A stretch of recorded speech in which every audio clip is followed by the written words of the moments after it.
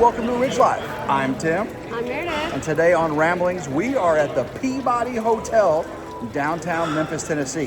What do they have at the Peabody, baby? Ducks that swim in circles for David. What if y'all stand beside, like on either side?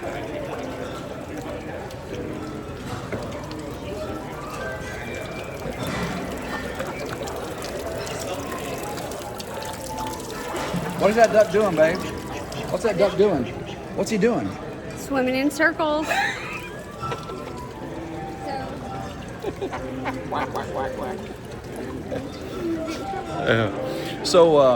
Yes, these ducks all day long swim in circles.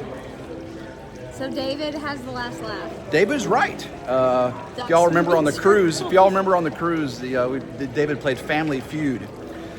And the question was, what goes round, how'd the question go? What continuously goes round in circles? And he went, a duck. Yeah. Well, these ducks, they bring them down in the morning and they just go round in circles all day long. So David, you're right. You're right. Why are we at the Peabody, babe? Because we just bought Tim's outfit for the wedding. Got my clothes at Lansky's, right? Yeah. So I got a jacket, I got a shirt, I got pants. Starting to get some socks and some new boots, right? We do have to get you some new boots. Yeah. I mean, I'm not really worried about your socks. I want to be stylish Okay, now. we'll get you some good socks. Let's check out these ducks again.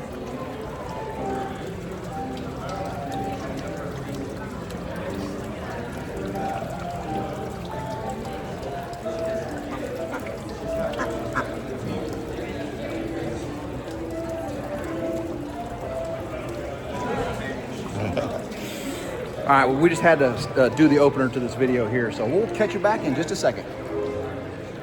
Woo. We are back. We are on the road with Mario Andretti. Do you even know who Mario Andretti is? Is it a race car driver? He's a race car driver, and that's what Meredith, Miss Risk Averse, is driving like a bat out of No, I'm not. HE double hockey sticks. No, I'm not. I know that like you were gonna take this video and you wanted to do that, and so you had to set it up and do all those things. So I said, let me drive because we gotta hurry. Because Hudson's game started 5 minutes ago, so we are rushing. We're gonna be about 20 minutes late, but Somebody wanted to go shopping at the fancy hotel clothing store, which was a godsend because we got exactly what we wanted. what? I mean, you're excited, right? Did you get the clothes? Did you bring them? They were on the chair in the Peabody and they're right there. They're right there. So they're hanging. Lansky. We went to Lansky. Apparently, that's where Elvis used to shop. There were some other famous people there's a lot of famous people that have shopped there. I don't know. There was this bedazzled horse shirt. Somebody wanted. It's like, oh, you look good in that, baby. Match your eyes. You said, how about I get that one? And I said, it's not the right theme. not the right genre for this. So they had some suggestions for clothes, and Meredith says, no, it doesn't quite go with my theme, with my dress and everything. And he said, well, you have a picture of the dress. And I had to walk out of the room because I did not want to see his reaction to her dress. I want my first sight of that dress to be her in it, walking down the aisle. I'll turn around, and there's a meme on the social media where a best man has the groom, and he's like got his back to the bride. The bride comes walking down the aisle. The best man turns around. The guy turns around, and goes, starts bawling like that. I don't know if I'm going to be that dramatic, but probably a little bit. Close. Probably a little bit, yeah. So I wanted to be my first impression of seeing that dress to be in person. And sorry. Well, I have already told you, and I told him, my dress is not cliche. It's not typical. It's not plain. Sorry about the bumps here, guys. Memphis okay. roads and Mario Andretti here, so. Well, we have a lot of potholes. Yeah. So I did tell Tim, like, it's about the way the rest of my clothes are. Very me. Very unique. So he can't even imagine it. I know he can't imagine it because I couldn't imagine my dress before I bought it. Like, when I had been kind of looking for dresses and going around, like,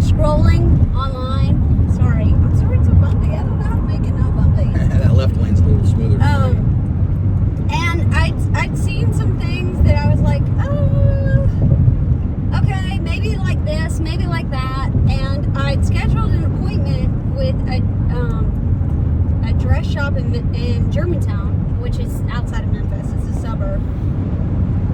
And just kind of hoping that I found something, whatever. And I walked in, and the minute I walked in, there was a dress in the front window, and I was like, oh, that's amazing. And I said, I'll never fit in it, though. It's so tiny. And she goes, oh, you'll fit in it. I said, no, I won't. This looks so tiny. And she goes, you'll fit in it.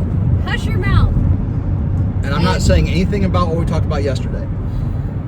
What? What are we talking about? I'm keeping my mouth shut. I don't know what you're talking about. Just keep going your story. Sorry to interrupt. I don't know. Wait, what? Paul Honeyman knows exactly what I'm talking about. What? What? I'm sorry to interrupt. Go ahead. Oh, wait. Wait, did I might not fit in my dress? I did not say that. I know, stop. So he said, the person said, oh, you're tiny, you'll fit in it. Okay, that's where we're at right now. I know, that was a month ago.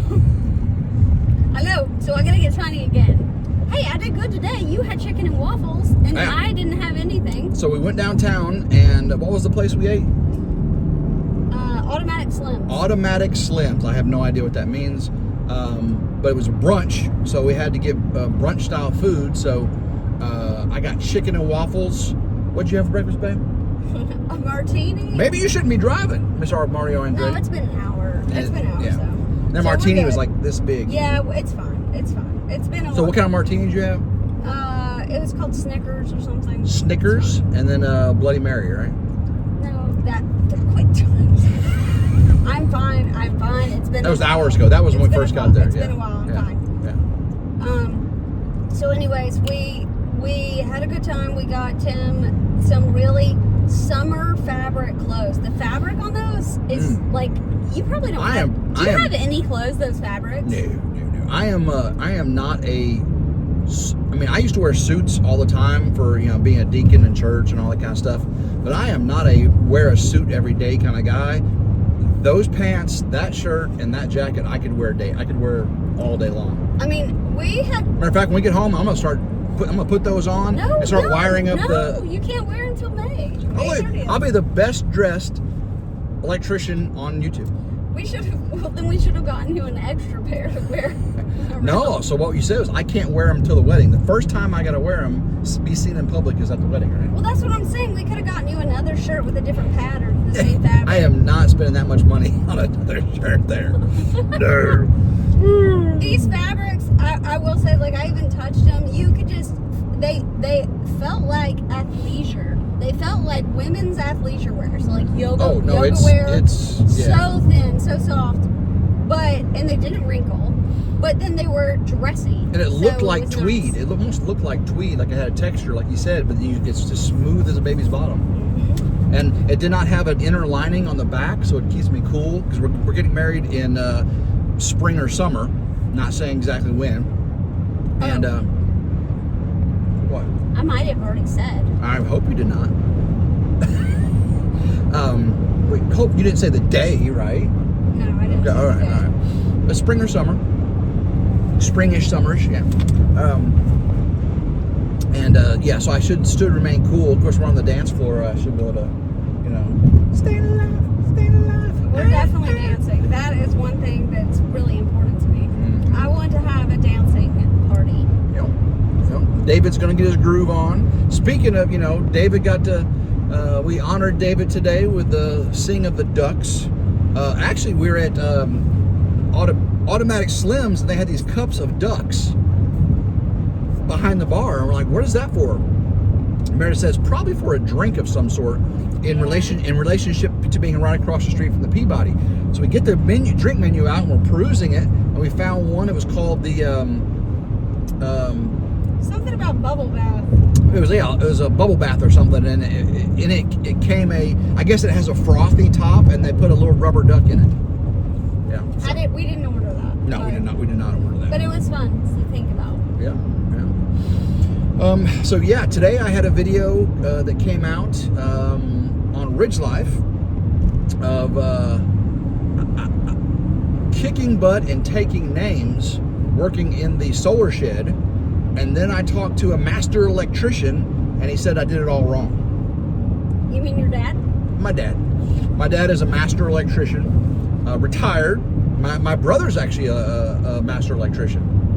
Did you know that, Tommy? He's a master electrician. There you go. And he does a lot of solar installs and stuff. I actually thought about having him come down and help me with my solar install. Before the final, I might have him see if he wants to And do you that. were trying to figure out how we could go see your family, but the timing is because they were going to be in Alabama right when we land. Oh, from our Colorado trip, Yeah. Montana trip. What, am I not supposed to say that? No, remember I said Montana on accident on that line? Oh, okay, Montana, yeah. Right overhead, guys. Right overhead. Yeah, the Colorado trip. So, I know. It is a good thing you've got judicial tags on this car. Stop. I don't misuse that. I'm not even going. I'm going 4 over. 4 over. Yeah, they heard the engine a minute ago. I'm not going that much over. Right now, I'm going right at the speed limit. Yeah, I can tell. I can tell. I mean, the camera can tell too because it's not going. And it's just so funny because I am the one. We were driving to Memphis earlier, and I was on the phone with David, and those lanes are so narrow. It was like a 3 or 4, 3 lane on this side, 3 lane on this side with a turning lane in the middle. And I'm in the middle lane, and I'm talking to David, and this van, these lanes are so narrow, this van is like inches from Meredith's mirror. I said, babe, I can't get over because there was another truck on this side that was inches from the mirror. The main road, which is Poplar Avenue down Memphis, has, it's been built up for, I don't know, probably 100 years, honestly. Basically, it's a 2 lane. They made a 3 lane. And they've squeezed it in, and so it is as tight as they come. The only time I've ever driven on lanes that close Europe. was I was going to say Europe. Like when I was in Santorini, Greece. I rented a car and I immediately thought like that might be a mistake because I had to drive amongst people that go within 1 inch of each other. Actually, just follow this Memphis police officer, and we can get there in a minute. I'm not going that fast.